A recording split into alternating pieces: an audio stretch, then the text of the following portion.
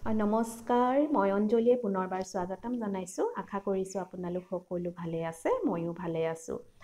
আজি আপোনালোকে গম পাইছে থাম্বনেল চাই আজি মই অকমান সাকলেন্টৰ বিষয় সুধি আছিল যে বহুতে বা আপোনাৰ সাকলেন্টখিনি কেনেকৈ ধুনিয়া হৈ থাকে আমাৰ দেখোন মৰি থাকে ইমান ডাঙৰ ডাঙৰ যে হয় আপুনি কি হাৰ দিয়ে এনেকা ধৰণৰ বিভিন্ন ধৰণৰ প্ৰশ্ন সুধি আছিল আৰু সুধিছিল যে আপুনি কি হাৰ দিয়ে হাৰটো ক'ব নেকি তেনেকুৱাকে বহুতে সুধিছিল আপোনাৰ ডংকি টেইলছবিলাক ইমান যে হকত হয় আমাৰ দেখোন ইমান ক্ষীণ হয় ধুনিয়া নহয় এনেকা ধেৰ মানে প্ৰশ্ন আছিল তাকে মই আপোনালোকক এটা ভিডিও লৈ আহিলো যাতে যি সকলে নাজানে সেই সকলৰ কাৰণে সুবিধা হ'ব বুলি তাকে ইয়াৰ মাজতে মই এটা সৰু অনুৰোধ কৰিছো আপোনালোকলৈ প্লিজ আপোনালোকে ভিডিওটো চাই পেলে এটা লাইক নকৰে সেই কাৰণে মই এটা আপোনালোকক অনুৰোধ কৰিছো যে চাই পেলে লাইক এটা কমসে কম দিব তেতিয়া মোৰ ভিডিও বিলাক বনাবলৈও ভাল লাগে আৰু কিছুমান ফুলৰ কেয়াৰ ক'বলৈও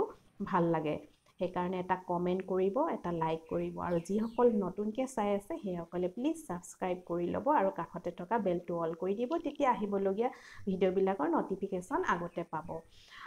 এই সাকলেন্ট আসলতে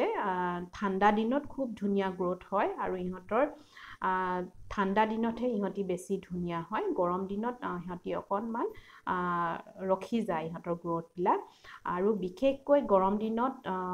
ঠাণ্ডা দিনততো বিশেষ তেনেকুৱা কেয়াৰ নহয় মৰা চান্স নেথাকে বিশেষকৈ গৰম দিনতহে মৰে গৰম দিনত এটো কাৰণে মৰে বহুত বেছি গৰম হৈ যায় হেতু কাৰণে আৰু সাকলেন্ট কিন্তু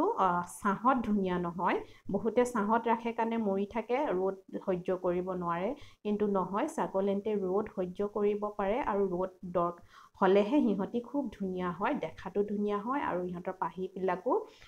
খুব ধুনিয়া ডাঙৰ হয় পাত বিলাকো হকত হয় গতিকে ৰ'দ পৰা ঠাইত থব বেছি ভাল এতিয়া গৰম দিনত আপোনালোকে যদি ৰাতিপুৱা ৰ'দটো পৰা ঠাইত থব পাৰে তেতিয়া বেছি ভাল হয় এটো চকচোন ইমান বেছি ডাঙৰ হৈছে আৰু এইটো এনেকুৱা জেগাত আছিল য'ত দুপৰীয়া ৰ'দটো পৰে মোৰ বিশেষকৈ ৰাতিপুৱা ৰ'দ পৰা ঠাইত থবলে মোৰ বিশেষ জেগা নাই সাকলেন্ট মই সদায় দুপৰীয়া 12টা বজাৰ পাছৰ যিখিনি ৰ'দ সেইখিনিহে পাই মোৰ এই সাকলেন্টখিনি আৰু ভালেখিনি আছে গতিকে মই ইফাল সিফাল কৰিব নোৱাৰো একেডোখৰ জেগাতেই থাকে আৰু ৰ'দ কিন্তু পখৰ ৰ'দ পৰে মানে বহুত কাৰা ৰ'দটো যিটো হয় এতিয়া বিশেষকৈ দুপৰীয়া মানে নকব আৰু ইমানেই মানে চুকা ৰ'দত থাকে আসলতে ৰ'দ পালে ভালহে হয় বহুতে কি কৰে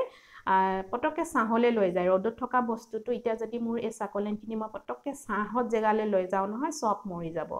এসপ্তাহ মান পিছত দেখিবা এটাকে পাত হৰি গৈছে ওপৰ ফলৰ পৰা গেলি গৈছে সেই কাৰণে মই এইখিনি কটো লৰচৰ কৰিব নোৱাৰো ইয়াতে থাকিব লাগিব ইয়াত এটাই এতিয়া ধ্যান দিব লাগিব সাকলেন্টখিনিত যে পানীটো কোন সময়ত দিব লাগে আপুনি ঠাণ্ডা দিনৰ ৰাতিপুৱা সময়ত পানী দিয়ক একো নাই কিন্তু গৰম দিনত আপোনালোকে ৰাতিপুৱাই যদি পানীটো দি দিয়ে ইয়া সয়েলখিনি 12টা বজালৈকে শুকাই যাব তেতিয়া গছজোপা গৰম সহ্য কৰিব নোৱাৰে সেই কাৰণে গছজোপা লাহেকে সাকলেন্ট বিলাক মৰা দেখা যায় সেই কাৰণে আপোনালোকে 11টা বা 12টা মান বজাৰ ভিতৰত সাকলেন্ট বিলাকত পানী দিব লাগে আৰু গধূলিও পানী নিদিব সেই দুপৰীয়া সময়খিনিত পানী দিব তেতিয়া কি হয় সয়েলটো ঠাণ্ডা হৈ থাকে আৰু দুপৰীয়া যিহেতু বহুত বেছি গৰম হৈ যায় আৰু ৰ'দ দুদিনাখন দিব সেই দিনাখনহে পানী দিব দেই ডাৱৰীয়া বতৰত পানী নিদিব গৰম দিনকেইটা বিশেষকৈ জুলাই আৰু আগষ্ট মাহত এইকেইটা কাম যদি আপোনালোকে কৰে সাকলেন্ট কেতিয়াও নমৰে আৰু এইকেইটা কাম যদি আপোনালোকে কৰি পেলে গছজোপা জীয়াই ৰাখিব পাৰে এই দুটা মাহ তেতিয়া আপোনালোকে সেপ্টেম্বৰ পৰা মৰা চান্স নাথাকে আৰু তেতিয়া পৰা আপোনালোকে ধুনিয়াকে আকৌ নিউ প্ৰপাগেশনো কৰিব পাৰিব পানী এতিয়া দুপৰীয়া আপোনালোকে 11টা 12টা মান বজাত যদি দিয়ে তেতিয়া কি হয় যে পখৰ ৰ'দটো যিটো গৰম সেইটো গৰম তেতিয়া ইমান মানে নাপায় সয়েলটো যিহেতু ময়েষ্ট হৈ থাকে গছজোপাও ঠাণ্ডা হৈ থাকে আৰু মাজে সময় অকনমান শাৱাৰ স্প্ৰে কৰি লিপ বিলাকত পানী দিব লাগে সেই বুলি আপুনি ৰাতিপুৱা বা ৰাতি নিদিব হেতু দুপৰীয়া সময়তে দিব দুপৰীয়া সময়ত এটো কাৰণে দিব লগা দিয়ে যে এই ৰ'দটো পৰি থাকে ৰ'দ পৰাৰ পাছতে ধৰক পানীখিনিত লিফত পৰি গ'ল শাৱাৰ কৰি দিলে এতিয়া তৎক্ষণাত ধৰক শুকাই যায় ৰ'দৰ পোহৰত হেতু কাৰণে পানীখিনি বহুত দেৰিলৈকে পৰি নাথাকে তেতিয়া মৰা চান্সটো নাথাকে পানী বেছিকে দেৰিলৈকে যদি লিফটোত লাগি থাকে তেতিয়া কি হয় গেলি যাব আৰু এতিয়া যে দুপৰীয়া সময়ত যদি দিয়ে ৰ'দৰ পোহৰত যিটো তাপ সেইটো তাপতে পানীখিনি শুকাই যায় আৰু গছজোপাও ঠাণ্ডা হৈ থাকে আপোনাৰ মৰা চান্স নাথাকে যিসকলে নতুনকৈ লৈছে বা চাকলেন ভাল পাইছে তেনেহ'লে এইকেইটা কাম কৰিবচোন তেতিয়া নমৰে এইকেইটা কিন্তু মই মোৰ নিজৰ অভিজ্ঞতাৰ পৰা কৈছোঁ আৰু আজি ইমান দিনলৈকে মই চাকলেন ধুনীয়াকৈ জীয়াই ৰাখিছোঁ আৰু মই বেছিভাগ মই নিজে প্ৰপাৰগেশ্যন কৰি চাকলেন বিক্ৰী কৰোঁ পৰাপক্ষত মই ধৰক বেলেগ চেলাৰৰ পৰা আনি পেলাই লগে লগে বিক্ৰী নকৰোঁ মই নিজে প্ৰপাৰগেশ্যন কৰি পেলাইহে তাৰ পুলি উলিয়াইহে বিক্ৰী কৰোঁ এইকেইটা কামে ধ্যান ৰাখিব যে ৰাতিপুৱা ধৰক একেবাৰে ৰাতিপুৱাতে পানীটো নিদিব একেবাৰে ৰাতিপুৱা পানী দিলে মানে আপোনাৰ দুপৰীয়ালৈ শুকাই যায় তাৰ পাছতে সিহঁতে গৰমটো সহ্য কৰিব নোৱাৰে লাষ্টত গছজোপা লাহে লাহে মৰি থাকে সেইকাৰণে পানী দিয়া সময়টো বিশেষকৈ এই গৰম দিনকেইটাত জুন মাহৰ পৰা আগষ্ট মাহলৈকে আপোনালোকে দুপৰীয়া যিমান ৰ'দ দিলেও গৰম হ'লেও মই কি কৰোঁ এই চাকলেনখিনিৰ কাৰণে ওলাই আহোঁ আৰু পানী দিওঁ দেখিছেই নহয় মই মূৰত এখন কাপোৰ লৈ লৈছোঁ কেতিয়াবা ছাতিও লৈ লওঁ এইকেইটা সময়ত মই পানী দিওঁ যিহেতু মোৰ ভালেখিনি আছে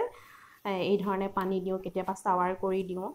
সপ্তাহত এদিন আৰু দুপৰীয়া বিশেষকৈ আৰু ডাৱৰীয়া বতৰত কিন্তু আপোনালোকে পানী নিদিব ডাৱৰীয়া বতৰত একেবাৰে পানী প্ৰয়োজন নহয় ইহঁতৰ এই প্ৰখৰ ৰ'দ গৰমত সেয়ে আপোনালোকে পানী দিব বাছ এইকেইটা কামেই আপোনালোকে 2-3 মাহ কৰক ধুনীয়াকৈ আপোনালোকে চাকলেন ভাল হৈ থাকিব আৰু ইয়াত বিশেষকৈ কোনো ধৰণৰ সাৰ দিব নালাগে মই আজিলৈকে ব্যৱহাৰ কৰা নাই চিউইড এক্সট্ৰেক্ট কেতিয়াবা 2-3 মাহৰ মূৰত কেতিয়াবা কৰোঁ এনেই তেনেকৈ কৰা নহয় যি পটিং চইলত যি সাৰ দিছিলোঁ সেয়াই আৰু আজি ভিডিঅ'টো ইমানেই আছিলে কেনেকুৱা লাগিলে নিশ্চয় জনাবলৈ নাপাহৰিব আকৌ এবাৰ কৈছোঁ এটা লাইক কৰিব এটা কমেণ্ট কৰিব আৰু যিসকল নতুন সেইসকলে ছাবস্ক্ৰাইব কৰি কাষতে থকা বেলটো অল কৰি দিব আহিবলগীয়া ভিডিঅ'বিলাকৰ নটিফিকেশ্যন পাই থাকিব তেনেহ'লে আজিলৈ আহিছোঁ আকৌ লগ পাম নতুন এটা ভিডিঅ' লৈ